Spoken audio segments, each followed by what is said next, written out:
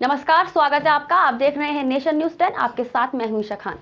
चलिए शुरुआत करेंगे बुलेटिन की बड़ी खबर के साथ। लोकसभा 2024 के चुनाव में हरिद्वार लोकसभा सीट से चुनाव लड़ने को लेकर हरीश रावत और हरक सिंह रावत के बीच चल रही जंग खुलकर सामने आई है।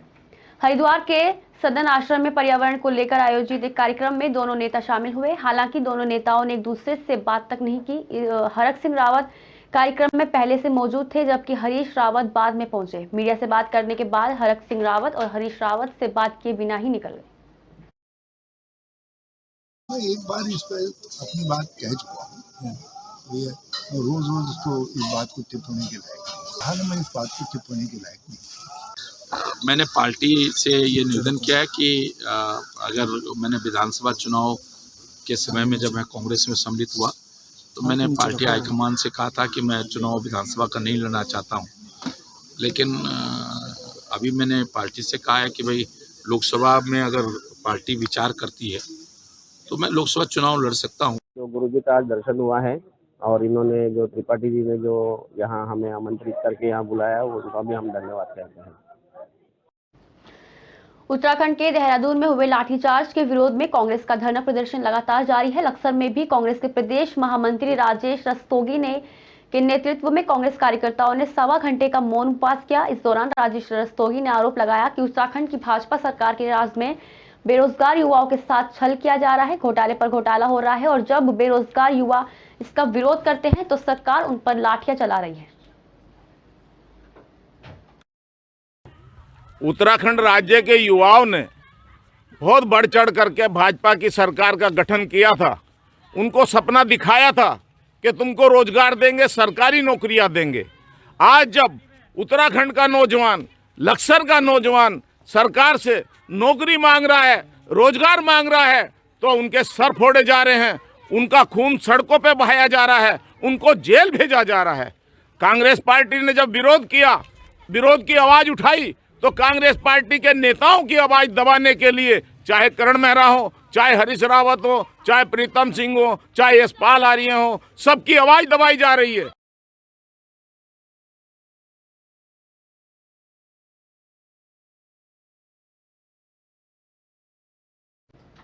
जोशीमठ प्रभावितों को धामी सरकार ने राहत दी है। बता दें, जोशीमठ प्रभावितों के बिजली और पानी के बिल भी माफ किए गए। मुख्यमंत्री पुष्कर सिंह धामी के निर्देश पर आदेश जारी किए गए। जोशीमठ आपदा को लेकर बुलाई गई कैबिनेट मीटिंग में फैसला हुआ था। प्रभावित लोगों के नवंबर 2022 से अगले 6 महीने तक के लिए बिल माफ हो गए हैं।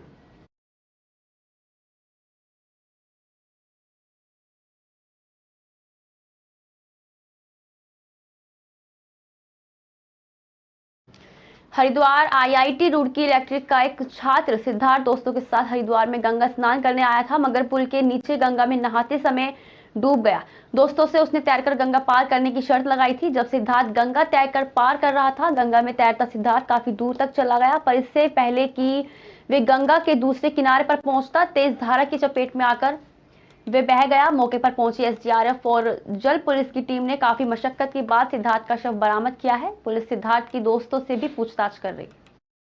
मित्रों के साथ अपने यहाँ पर घाट पर आया था और चूंकि वो खुद ही स्विमिंग करता भी था और स्विमिंग और भी दोस्त कर रहे थे, तो कहीं ना कहीं मुझे लगता है कि ओवर स्विमिंग या बीच में जाने के कारण वो नहीं स्विम कर पाया। उसने मदद के लिए किया, तब तक जल पुलिस पहुंचती, लेकिन इसके बाद डूबने से मृत्यु हो गई। डेड बॉडी को निकाल लिया गया, परिजनों को सूचित कर दिया गया। अभी तक ये नहीं आया, लेकिन कहीं ना कहीं छात्र थे उसमें, तो स्विमिंग क्योंकि स्विमिंग जानते थे, तो हो सकता है कि ऐसी कोई बात हुई हो। उन छात्रों से भी इस पर जानकारी की जा रही है।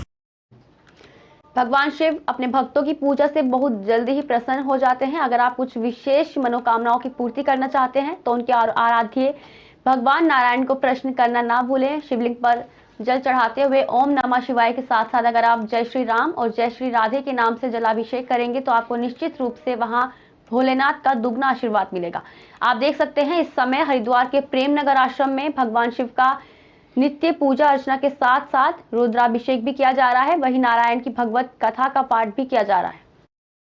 अभी होता है कल्याण। तो शिव पार्वती, शिव माने जगत के नियंता पिता हैं और पार्वती शक्ति हैं, सारे संसार की आराधना का केंद्र है। तो शिवरात्रि माँ शिव और पार्वती दोनों के मिलन का पर्व होता है, विवाह का पर्व है। तो शिव के साथ उनकी शक्ति का मिलन हुआ ऐसे समय में शिवरात्रि का पर्व हम लोग पूरे हर्षोल्लास के साथ मनाते हैं और ऐसे समय में श्रीमद् भागवत की कथा और इस रुद्र महायज्ञ का आयोजन हरिद्वार में हमारे बम्बई के यजमान श्री रुद्र प्रताप त्रिपाठी जी के द्वारा हरिद्वार में प्रेमनगर आश्रम में आयोजित हो रहा है।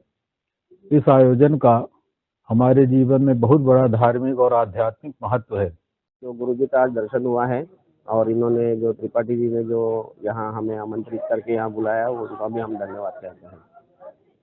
कहाँ से आए गुरु जी आप? हम मुंबई से आए हैं। मुंबई के मुंबा देवी मंदिर के हम व्यवस्थापक हैं। उस माध्यम से हम यहाँ पहुँचे हैं। हरिद्वार में आके आपको कैसा लग रहा है? बहुत अच्छा लग रहा है।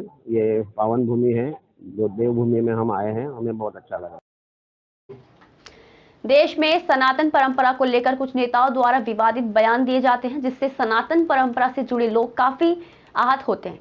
कुछ दिनों पहले रामचरितमानस पर राम समाजवादी पार्टी के एमएलसी स्वामी प्रसाद मौर्य के द्वारा विवादित बयान दिया गया, जिसके बाद पूरे देश में स्वामी प्रसाद मौर्य का विरोध संत समाज और सनातन परंपरा से जुड़े लोगों द्वारा किया गया। कार्यक्रम का उद्देश्य भारतीय संस्कृति से युवाओं को जोड़ना है। कार्यक्रम में भारतीय संस्कृति के कई कार्यक्रम भी आयोजित किए गए। मेन उद्देश्य है कि धर्म के प्रचार प्रसार के लिए ब्रह्मराष्ट्र एकम सदैव तत्पर रहती है और राष्ट्रीय अधिवेशन जो सनातन अधिवेशन है दूसरा है और हम लोग ये एक दिवसीय जो कार्यक्रम कर रहे हैं वो अपने भारत को अखंड भारत के रूप में और सशक्त भारत के रूप में एकता, अखंडता और समानता के सूत्र में बांधने की पूरी व्यवस्था है। ये कार्यक्रम एक दिन का है।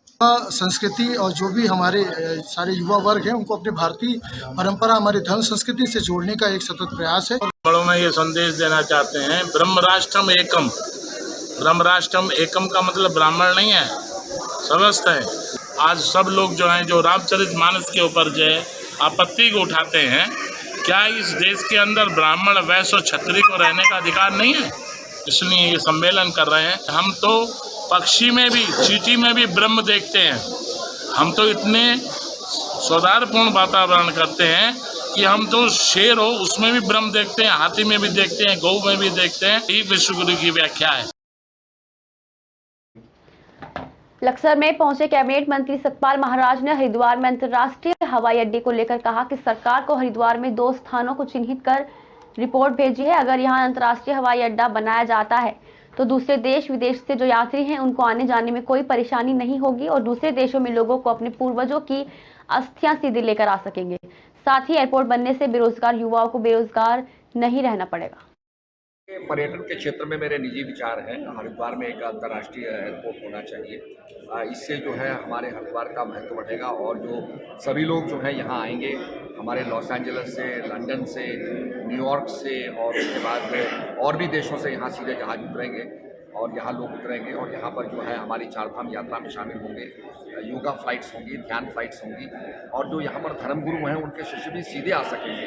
तो ये बहुत महत्वपूर्ण है कि हरिद्वार में इंटरनेशनल एयरपोर्ट हो। ये मेरा निजी सुझाव है। हमने भूमि का चयन किया है और अगर बन जाता है तो यहाँ हजारों लोगों को रोजगार मिलेगा। खबर लक्सर से है, जहां प्रदेश के लोक निर्माण और समाज कल्याण मंत्री सतपाल महाराज ने लक्सर के देशराज फार्म हाउस पहुंचकर मुख्यमंत्री अंत्योदय निःशुल्क रिफिलिंग योजना का शुभारंभ किया। मंत्री ने यहां 1 दर्जन से ज्यादा गरीब लाभार्थियों को योजना के तहत गैस सिलेंडर वितरित किए। इस मौके पर विधायक मदन कौशिक, विधायक आदेश चौहान और कार्यक्रम आयोजक मुकेश पाल मौजूद रहे। निःशुल्क गैस रिफिलिंग योजना है जिसमें 2022-23 में 3 गैस रिफिल निःशुल्क उपलब्ध कराए जाने की योजना है। ये आज ये साकार हो रही है। 33,129 लोगों को जो है, धारकों को जो है ये दी जा रही है और इस क्रम के अंदर इसका शुभारंभ किया जा रहा है। और अंत्योदय हमारे पंडित दीनदयाल जी कहते थे जो अंतिम पायदान पर खड़ा है, जब उसका विकास होगा तो निश्चित रूप में क्षेत्र का विकास होगा और देश का विकास होगा। लक्सर में भारत को हिंदू राष्ट्र बनाने की मांग को लेकर शुरू की गई राष्ट्रीय हिंदू संगठन की संकल्प यात्रा पहुंची। यात्रा लेकर आए लोगों का हिंदू संगठनों ने स्वागत किया। उन्होंने कहा कि देश की सबसे प्राचीन सनातनी संस्कृति को बचाना है तो हर हिंदू को यात्रा से जुड़ना चाहिए। आपको बता दें कि राष्ट्रीय हिंदू संगठन द्वारा भारत को हिंदू राष्ट्र घोषित करने की मांग को लेकर संकल्प यात्रा निकाली जा रही है। संगठन के राष्ट्रीय अध्यक्ष सत्येंद्र दुबे ने कहा कि हम दुनिया की सबसे प्राचीन और सबसे समृद्ध सनातनी संस्कृति के वाहक हैं।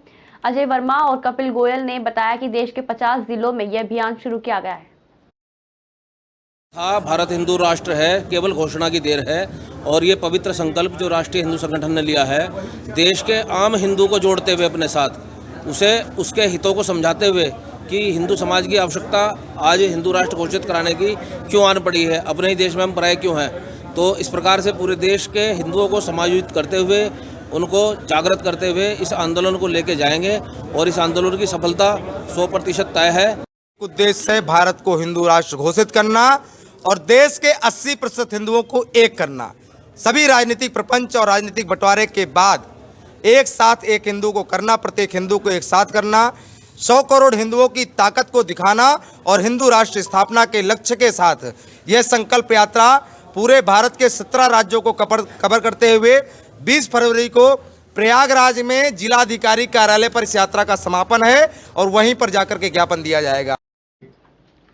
खबर लक्सर से है। इस बार फिजी देश में होने वाले अंतर्राष्ट्रीय हिंदी सम्मेलन होने जा रहा है, जिसमें भारत से सैकड़ों लोगों का प्रतिनिधि मंडल फिजी में प्रतिनिधित्व करेगा, जिसके सदस्य और हिंदी भाषा का प्रचार विदेशों में करने वाले डॉक्टर सतीश शास्त्री ने बताया कि विदेशों के लोग भी हिंदी भाषा को पसंद कर रहे हैं और आज दिल्ली अंतर्राष्ट्रीय हवाई अड्डे से एक विशेष विमान से 300 लोगों का जत्था फिजी में होने वाले सम्मेलन में हिस्सा लेंगे।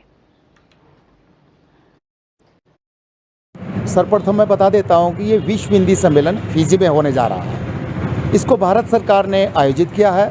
ये 15 से 17 फरवरी को फिजी के नांडी शहर में आयोजित हो रहा है। इसमें दुनिया भर से लगभग 5000 के करीब हिंदी के प्रेमी, साहित्यकार, कवि, लेखक और पत्रकार शामिल होने की संभावना है।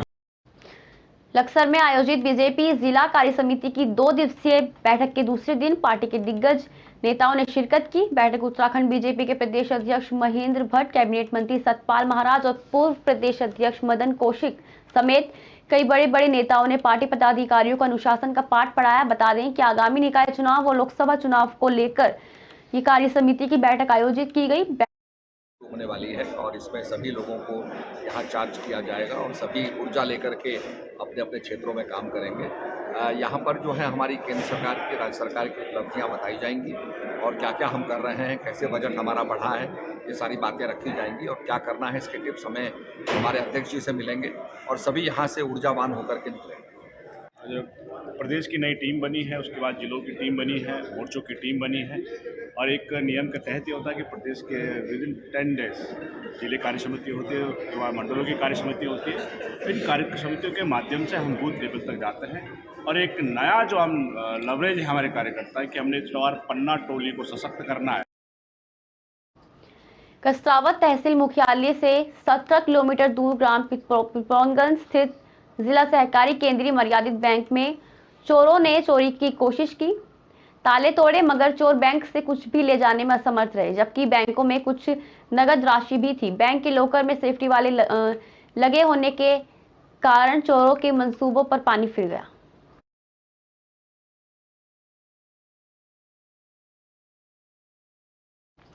आपको बता दें कि पूरा मामला छत्तीसगढ़ के बलरामपुर जिले का है, जहां खुले कुएं में एक नर और एक मादा जंगली सुअर के गिरने से मौत हो गई, जिसकी घटना की सूचना मिलते ही वन परिक्षेत्र के अंदर आने वाले बीट प्रभारी को सूचना दी गई। वन विभाग की टीम ने घटनास्थल का मुआवजा किया और जांच करते हुए सुअर के शव को वन परिक्षेत्र रघुनाथगढ़ पीएम के लिए भेज दिया।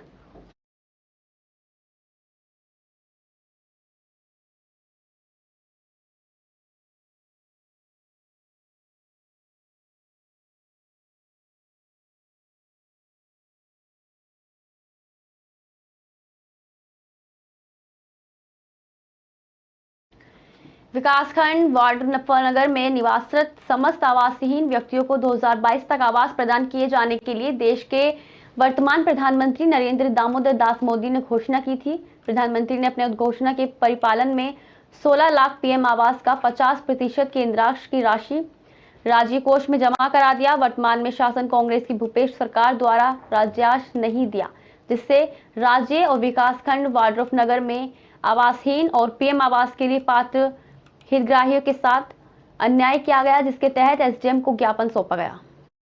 मोर आवाज मोर अधिकार कार्यक्रम के तहत ये राजस्व कार्यालय को घेराव के संबंध में ज्ञापन दिया गया है, जिसमें इनका जो ज्ञापन है आवासहीन एवं पीएम आवास के लिए पात्र हितग्राहियों के साथ जो घोर अन्याय किया गया है उसके संबंध में कुछ ज्ञापन दिया गया है। प्रधानमंत्री आवास योजना का को लेकर के हम लोगों ने ज्ञापन सौंपा है। ये सरकार जब से आई है तब से हितग्राहियों का एक तो नया सेंक्शन करना बंद कर दिए, जिनका सेंक्शन था काम अधूरा था उनका अलॉटमेंट बंद कर दिए। उस सिलसिले में भारतीय जनता पार्टी मंडल वाडा नगर के द्वारा मोर आवास मोर अधिकार के तहत जो हम लोग का भारतीय जनता पार्टी का प्रदेश व्यापी आंदोलन चल रहा है, उसके तहत हम लोगों ने ज्ञापन यहाँ दिया है।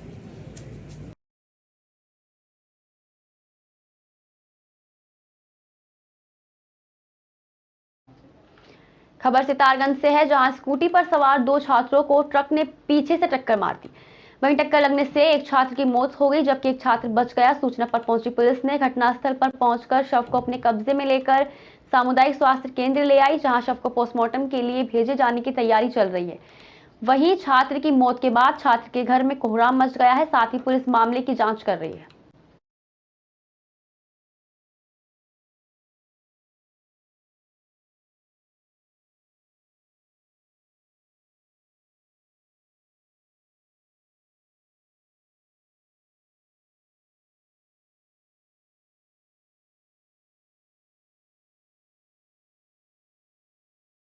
दो अलग अलग एक्सीडेंट में 3 लोग घायल हुए हैं, जिसमें 2 लोग एक साथ थे और 1 लोग अलग हैं, जिसको एक मृत अवस्था में यहाँ लाया गया है सरकारी अस्पताल में, और 2 लोगों को यहाँ लाने के बाद में एक को ट्रीटमेंट के बाद में हायर सेंटर के लिए रेफ़र कर दिया गया है। जिसकी मृत्यु हुई है वो गौरव राणा है और उसकी उम्र लगभग 17 साल की है।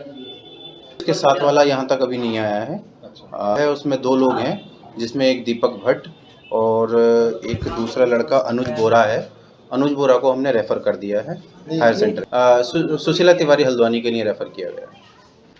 वेदांत आश्रम गैस बासोदा में रुद्र महायज्ञ और सरस संगीत में श्री शिव महापुराण के शपथ दिवसीय समायोजन के 5वें दिवस में जगतगुरु अनंतानंद द्वाराचार्य स्वामी राम कमलदास वेदांती जी महाराज ने बताया कि शिव महापुराण कल्याण का पथ प्रदर्शित करता है। सती चरित्र के माध्यम से उन्होंने बताया कि मनुष्य का गृहस्थ जीवन पति और पत्नी के परस्पर सौहार्द और विश्वास पर चलता है। गृहस्थ जीवन एक रथ की तरह है, पति और पत्नी उसके 2 चक्के हैं। यदि इन दोनों में संतुलन बिगड़ता है तो परिवार को बिखरने में देर नहीं लगती। दोनों को एक दूसरे के मनोभाव का आदर करना चाहिए।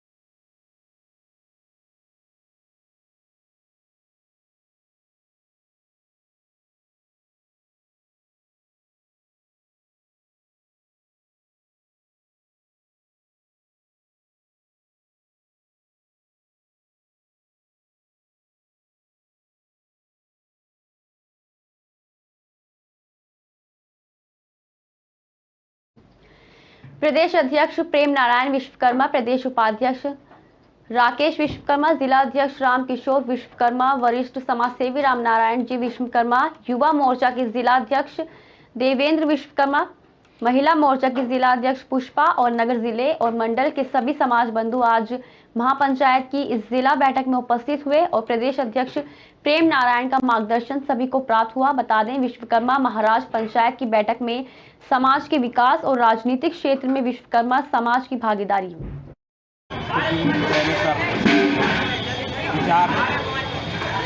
विश्वकर्मा समाज राजनीतिक क्षेत्र में भागीदारी के लिए संघर्ष करेगा। उसके लिए विश्वकर्मा महापंचायत 19 मार्च को विदिशा में जिला सम्मेलन आयोजित कर पद यात्रा के माध्यम से भोपाल पहुंचकर माननीय मुख्यमंत्री, माननीय प्रदेश अध्यक्ष जी, माननीय कमलनाथ जी, कांग्रेस प्रदेश अध्यक्ष जी, राजनीतिक दलों के सारे प्रतिनिधियों को ज्ञापन देंगे। और विश्वकर्मा समाज की जो उपेक्षा राजनीतिक दलों ने की है, पूरी विश्वकर्मा समाज ने निर्णय लिया है प्रेम नारायण जी के नेतृत्व में विदिशा से पदयात्रा शुरू करते हुए हम भोपाल पहुंचेंगे। तो भोपाल में विभिन्न दलों के जो मुखिया हैं उनसे यात्रा के माध्यम से एक हमारा डेलीगेट जाएगा।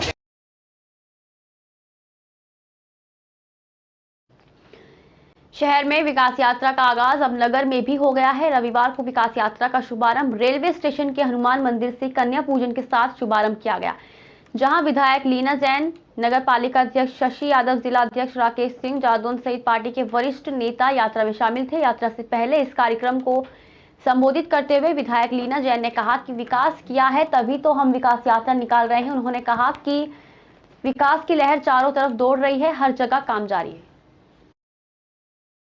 ग्रामीण क्षेत्र में मुझे भरपूर आशीर्वाद मिल रहा है। जो आप बात कर रहे हैं नल पानी की समस्या की, तो आप लोगों को भी जानकारी है कि ग्रामीण क्षेत्रों में पानी की समस्या रहती है, लेकिन मुझे बताते हुए गर्व है कि माननीय प्रधानमंत्री मोदी जी की नल जल योजना, जिसमें घर घर स्वच्छ जल पहुंचाने का जो योजना है, इसका लाभ ग्रामीण जनों को मिलना शुरू हो गया। हमारे कई गाँव में इस योजना को लागू कर दिया गया है, साथ ही हर ग्राम में इस योजना का कार्य शुरू हो गया। ग्रामीण क्षेत्र में मुझे भरपूर आशीर्वाद मिल रहा है।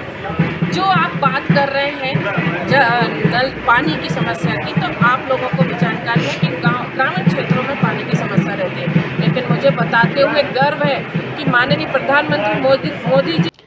विदिशा जिले के कुरवाई में जहां विधानसभा क्षेत्र की अलग अलग समस्याओं को लेकर अनुसूचित जाति विभाग के प्रदेश अध्यक्ष प्रदीप अहिरवार और समस्त कांग्रेस परिवार ने नदी में उतरकर किया जल सत्याग्रह। बता दें, भारी संख्या में कांग्रेसी कार्यकर्ता और नेता मौजूद रहे। नदी में उतरकर कांग्रेसी कार्यकर्ताओं ने जमकर नारेबाजी की, साथ ही अवैध रेत उत्खनन और किसानों की समस्याओं को लेकर नारेबाजी की। अवैध उत्खनन और कार्रवाई विधानसभा में अलग अलग समस्याओं को लेकर सत्याग्रह किया। मैडम, अभी जल सत्याग्रह किया जा रहा है, प्रदीप अहिरवार के द्वारा इसको समाप्त कर दिया गया। आपके आने के बाद उनको क्या आश्वासन दिया गया है? बधाई के पात्र है और धन्यवाद के पात्र है। मैं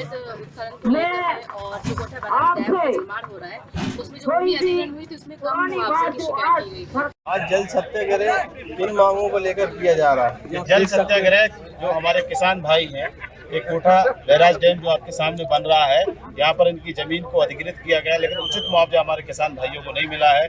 प्रति बीघा हम लोगों की मांग है कि सरकार 5 लाख रुपए प्रति बीघा मुआवजा दे, और अगर सरकार ये मुआवजा राशि नहीं देती तो हमने 17 तारीख को जनवरी में एक ज्ञापन के माध्यम से सरकार को चेताया था। हम जल सत्याग्रह उसी कार्यक्रम को बढ़ाने के लिए कर रहे हैं।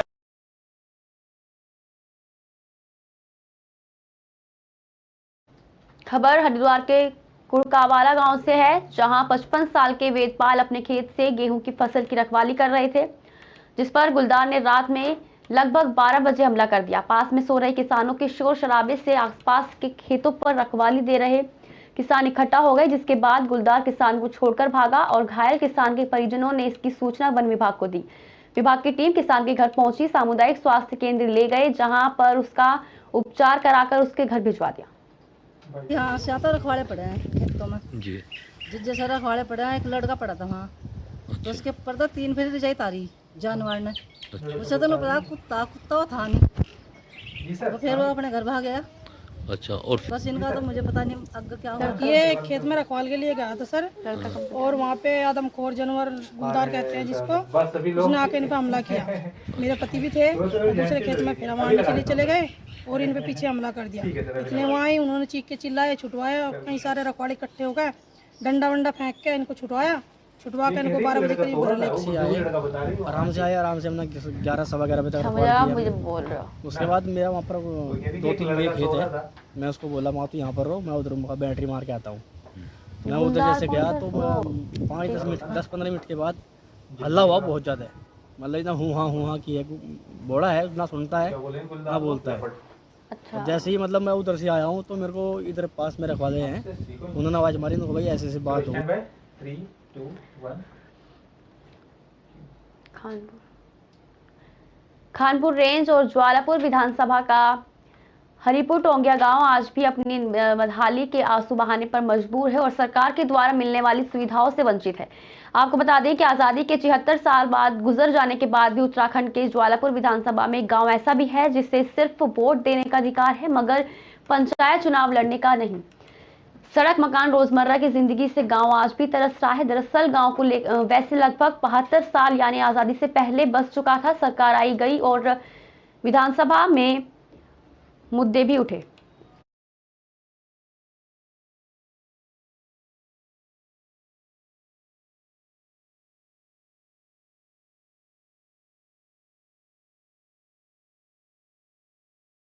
मेरा ये कहना है कि अगर सरकार ने वहाँ बिजली के मीटर लगाए हैं, खंबे गाड़े हैं, आप वहाँ से राजस्व वसूल रहे हैं, आपने उन्हें वोटिंग का अधिकार दिया है, आप उनसे वोट भी लेते हैं, सांसद में भी और विधानसभा में भी, आपने उनको आधार कार्ड भी बना के दिए हैं। आप मुझे ये बताइए कि जब आपने सारी सुविधाएं एक स्थायी व्यक्ति को देने, जो आधार कार्ड किसका बनता है? जो स्थायी व्यक्ति है। वोटर कार्ड किसका बनता है? जो स्थायी व्यक्ति है।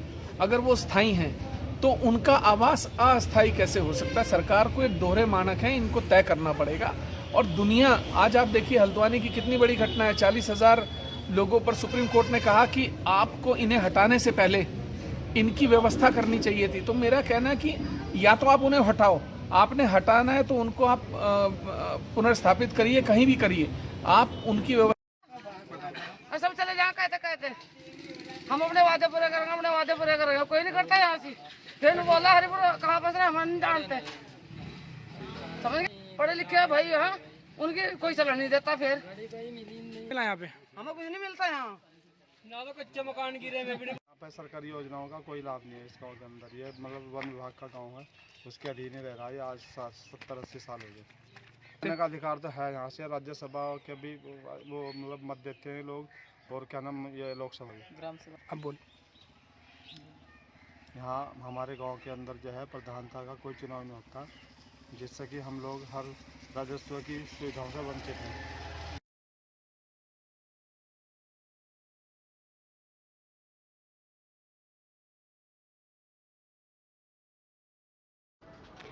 खानपुर रेंज और ज्वालापुर विधानसभा का हरिपुर टोंगिया गांव आज भी अपनी बदहाली के आंसू बहाने पर मजबूर है और सरकार के द्वारा मिलने वाली सुविधाओं से वंचित है।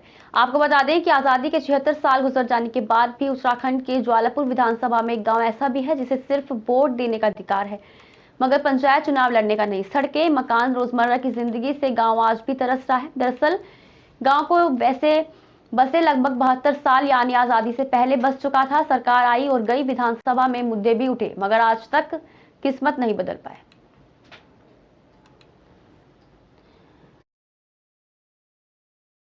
मेरा ये कहना है कि अगर सरकार ने वहाँ बिजली के मीटर लगाए हैं, खंबे गाड़े हैं, आप वहाँ से राजस्व वसूल रहे हैं, आपने उन्हें वोटिंग का अधिकार दिया है, आप उनसे वोट भी लेते हैं, सांसद में भी और विधानसभा में भी, आपने उनको आधार कार्ड भी बना के दिए हैं। आप मुझे ये बताइए कि जब आपने सारी सुविधाएं एक स्थायी व्यक्ति को देने, जो आधार कार्ड किसका बनता है? जो स्थायी व्यक्ति है। वोटर कार्ड किसका बनता है? जो स्थायी व्यक्ति है। अगर वो स्थायी हैं तो उनका आवास अस्थायी कैसे हो सकता है? सरकार को एक दोहरे मानक हैं, इनको तय करना पड़ेगा।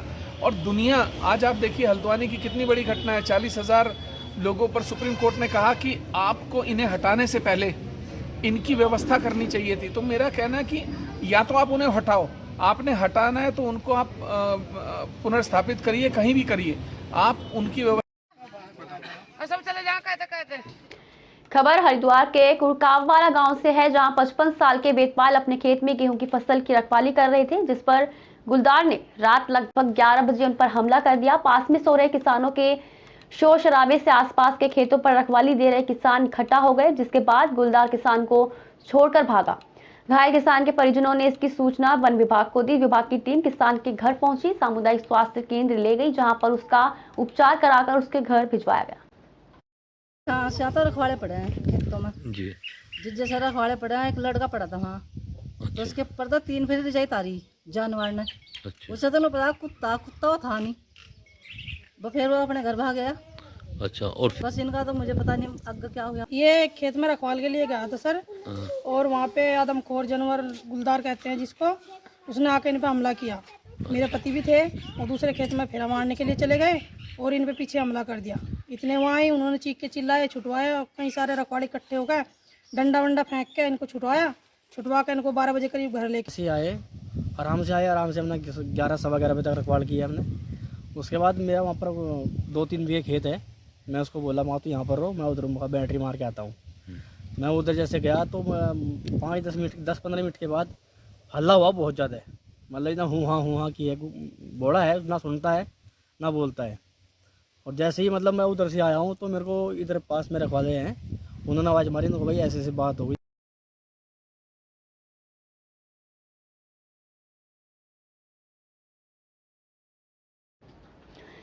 शिवपुरी खनिया थाना रात के अंधेरे में मुखबिर की सूचना पर पुलिस ने दबिश दी। ग्राम खीरिया में खेत पर अवैध शराब की फैक्ट्री बना रही थी, जहां रात के अंधेरे में पुलिस ने छापा मारा और 70 लीटर कच्ची शराब की जब्त। शराब बनाने का सामान भट्टी ड्रम यानी 2 कैन जिसमें भरी थी कच्ची शराब और मुजरिम को गिरफ्तार कर आबकारी एक्ट की धाराओं का आबकारी एक्ट की कार्रवाई पर हुई।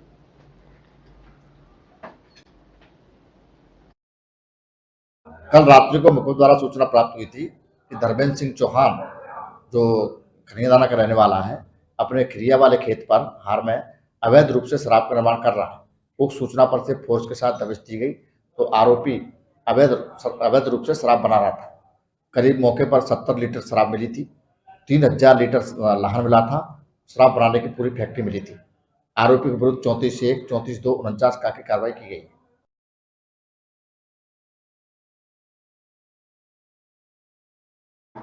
आज के लिए बस इतना ही। देखते रहिए नेशन न्यूज़ 10।